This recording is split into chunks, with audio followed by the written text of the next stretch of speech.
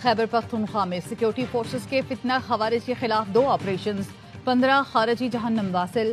ISPR کا کہنا ہے DI خان کلاچی میں انٹیلیجنس بیسڈ کارروائی میں سرغنہ عالم محسود سمیت 10 خوارج ہلاک ہوئے۔ شمالی وزیرستان کے علاقے دتا خیل میں 5 خوارج مارے گئے۔ صدر آصف زرداری، وزیر اعظم شہباز شریف اور وزیر داخلہ محسن نقوی کا سیکیورٹی فورسز کو خراج تحسین۔ صدر زرداری نے کہا پاک سرزمین کو جلد ہر خارجی کے شر سے پاک کر دیا جائے گا۔ وزیر اعظم نے کہا عزم استحکام کے ویژن کے تحت فورسز دہشت گردی کے خلاف بڑی کامیابیاں حاصل کر رہی ہیں۔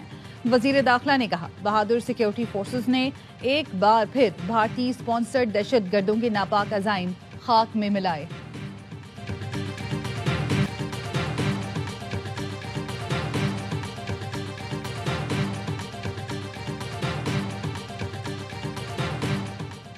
بنوں کے تھانہ بسیا خیل کی حدود میں دھماکہ، ایک دہشت گرد ہلاک۔ DIG کا کہنا ہے دہشت گرد دوا گاڑا پل پر IED نصب کر رہا تھا، اس دوران دھماکہ ہوا۔ 8 سے 10 کلو بارودی مواد پولیس کو نشانہ بنانے کے لیے نصب کیا جا رہا تھا۔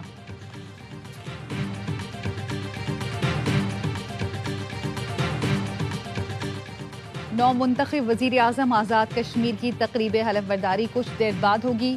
آزاد کشمیر کے صدر راجہ فیصل ممتاز راتھوڑ سے حلف لیں گے۔ وزیر اعظم شہباز شریف کی راجہ فیصل ممتاز راتھوڑ کو مبارکباد، نیک خواہشات کا اظہار کیا۔ کہا آزاد جموں کشمیر کے لوگوں کی ترقی اور خوشحالی وفاقی حکومت کی ترجیح ہے، ہر ممکن تعاون فراہم کریں گے۔ آزاد جموں کشمیر حکومت کے ساتھ مل کر کام کرنے کے لیے پرعزم ہیں۔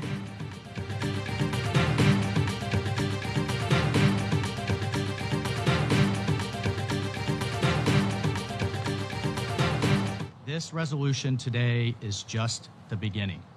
An adoption of resolution today demonstrates the overwhelming support for the President's vision for a stable Gaza where Palestinians determine their own destiny, free from terrorist rule and violence.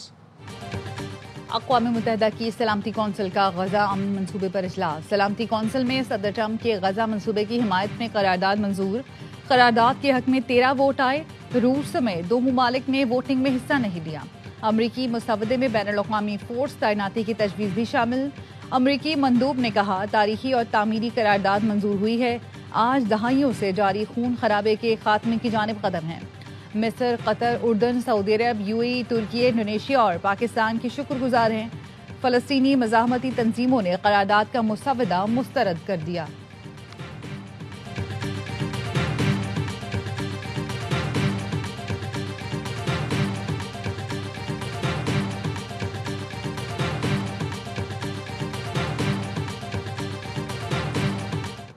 Pakistan's position on this issue has always been in line with and in support of Palestine, in support of President Trump's commendable initiative to bring the war in Gaza to an end.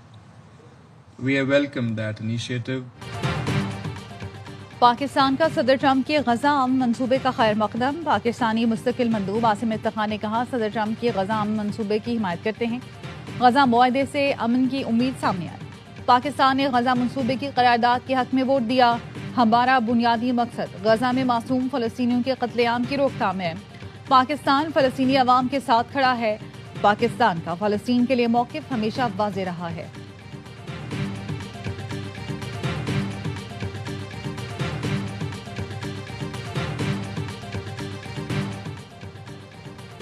دلی دھماکے کی تفتیش، بھارتی اداروں کی ناکامی، گودی media کی پھر پاکستان کے خلاف ہرزہ سرائی، ڈاکٹر شاہین شاہد کے نام سے نیا کردار متعارف کرا دیا۔